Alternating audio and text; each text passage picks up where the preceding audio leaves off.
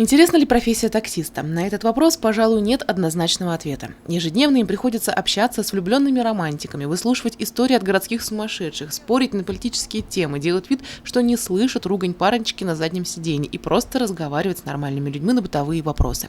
Но при этом доводится иногда менять колеса на морозе или буксовать в сугробе. Всех прелестей работы таксиста не перечислить.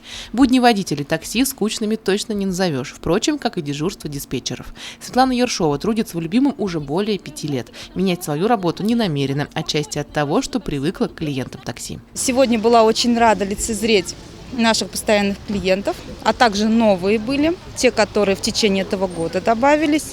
Все-таки интересно, одно дело, когда по голосу слышишь, а другое дело, когда лицезреешь их. То есть интересно, то есть это классно.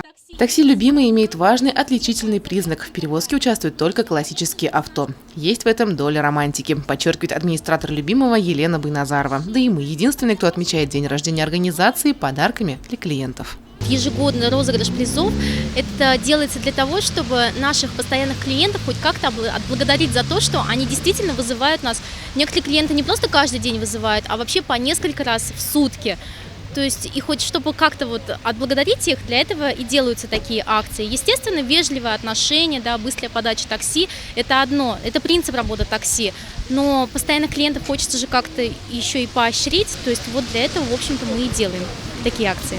Продержаться 10 лет на рынке оказания услуг – это как минимум солидно, как максимум подтверждение того, что работа выполняется качественно. И в юбилейный день рождения подарок должен быть под стать. Руководством такси было решено, что путевка в санаторий – лучшая награда для любимого клиента. Туристы, в данном случае победители, поедут в дом отдыха юбилейный, который находится около озера Банное. Они едут на неделю отдыха.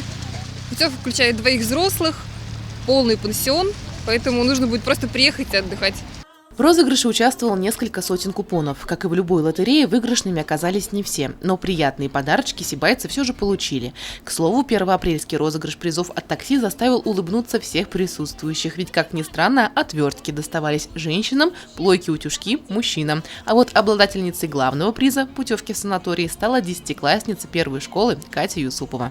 Родителям звоню, они говорят: ты что, издеваешься? 1 апреля сегодня? Нет, все, праздник. Сегодня нет, все. Ты врешь. Сегодня 1 апреля. Я говорю: да серьезно? А говорю: если не врешь, тогда что-нибудь купим, в Магнитку поедем.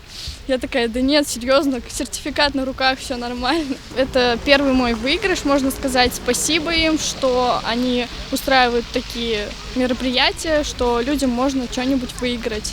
Виднелась в рядах участников розыгрыша и прошлогодняя победительница Гульнара Валиуллина. Тогда ей достался главный приз – телевизор. В этом году меньше повезло, я ничего не выиграла, но не перестаю пользоваться этим такси, мне очень нравится.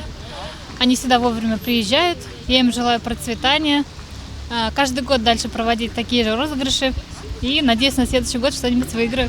Фортуна есть фортуна. Одному повезло вчера, другому посчастливится завтра. В любом случае, такси «Любимое» своих клиентов без хорошего настроения и приятных сюрпризов не оставит и в следующем году. А значит, спешите копить эти заветные 40 визиток уже сейчас.